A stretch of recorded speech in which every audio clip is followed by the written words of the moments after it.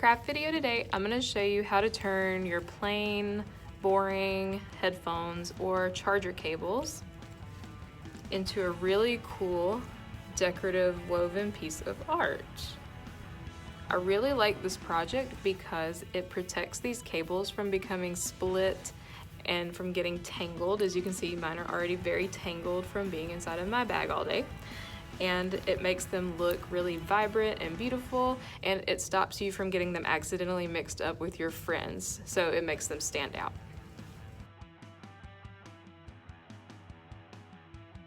The supplies that you need to do this project are really simple. You're going to need a hard surface to work on. I'm going to be using a table, but if you don't have a table or a desk space to use, that's cool. You can always use a hardback book, a piece of cardboard, or a clipboard to do the same thing. You're also, of course, going to need your cables or your headphones, whichever you want to do. You're going to need some string. I'm going to be using embroidery floss on my headphones because those cables are a little bit thinner, and this tends to fit those kinds of cables better. But if you're going to be wrapping something thicker like your charging cables, you might want to use something like cord or yarn to do the same job. You can choose any kind of colors you want. I like the bright stuff, but that's totally up to you what you want to use. You're also going to need a pair of scissors and a roll of tape, and then something optional that you might want is some glue at the end when you finish tying off the final part of your project. Using a little bit of glue on the ends of the string can keep them from fraying up and coming undone. If you tie it really tightly though, you shouldn't have a problem, but if you want the extra security, you can always use a little bit of glue. If you use super glue like this though, make sure you're being extremely careful because it can burn your hands and get stuck easily.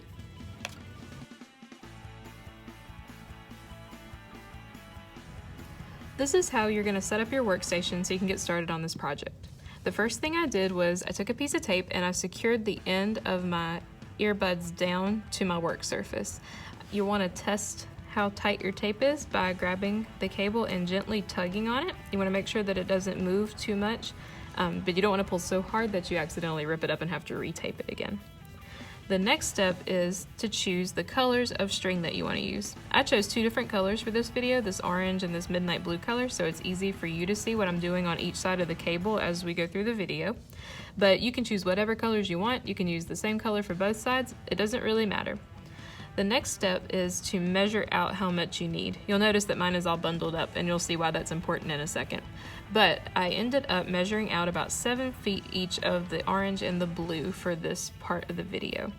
And you might realize as you're working, depending on what kind of headphones that you have and how long the cables are, that you might need more of the string, or you might have cut way too much and you're going to have excess at the end. Either way, it's fine. If you have extra at the end, you can always tie it off when you finish and then cut the extra off and trim it. Or if you realize you're not going to have enough, you can always take some from the spool and then tie it on to wherever you left off and just keep working from there. That way it doesn't look like the project was interrupted while you were working. And then when I picked my string and got it cut and ready, I attached it to this cable by doing a simple double knot up at the top for each one. And you'll notice that I do have some extra string up here. When I finish this whole project and I'm ready to finalize everything, I can always go back up here and trim that extra off when I'm done.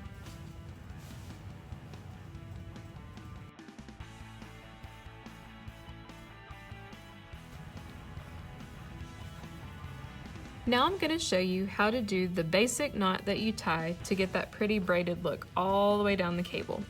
It starts out a little tricky because you're working with a lot of string on both sides, but it gets easier as you go along.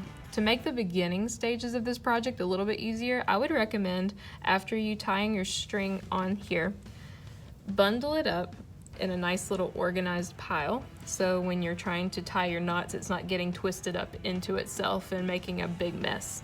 So this will help keep it detangled as you move along with your project. Okay, to begin your first knot, all you're gonna do is take the string on the left, in this case it's my orange string, and I'm gonna put it across the top of the cable just like this. Then I'm gonna take my right side string, which is my blue, and I'm gonna put it down on top of the orange string so it kind of looks like I've made a 4. Once that's on top, you're gonna lift your cables, take your blue string, and this is where the bundling comes in handy because you can just pass it all under at once.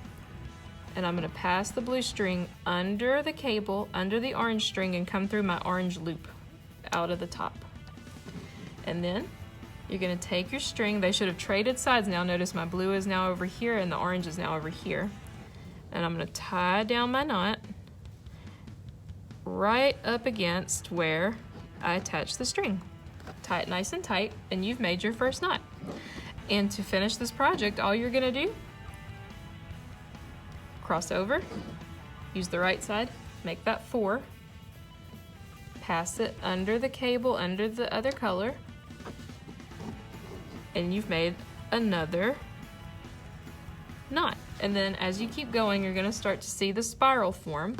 It might take a little bit before you really start to see it, but you're just gonna keep making those knots. I'm gonna show you one more time.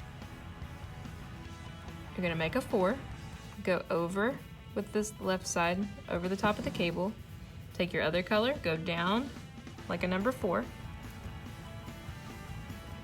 pass the string under the cable, under the other color, and work your knot up and tie it nice and tight. Awesome. And I'm gonna peel this up just for a second so you can see how my colors are starting to twist, and I'm starting to get that twisted shape going on. So now we're going to take our tape, we're gonna tie, stick that right back there, and now we can keep going all the way down. And you're just gonna repeat that process until you get to the very, very, very end. And you'll notice as you keep working, you'll start to get quicker.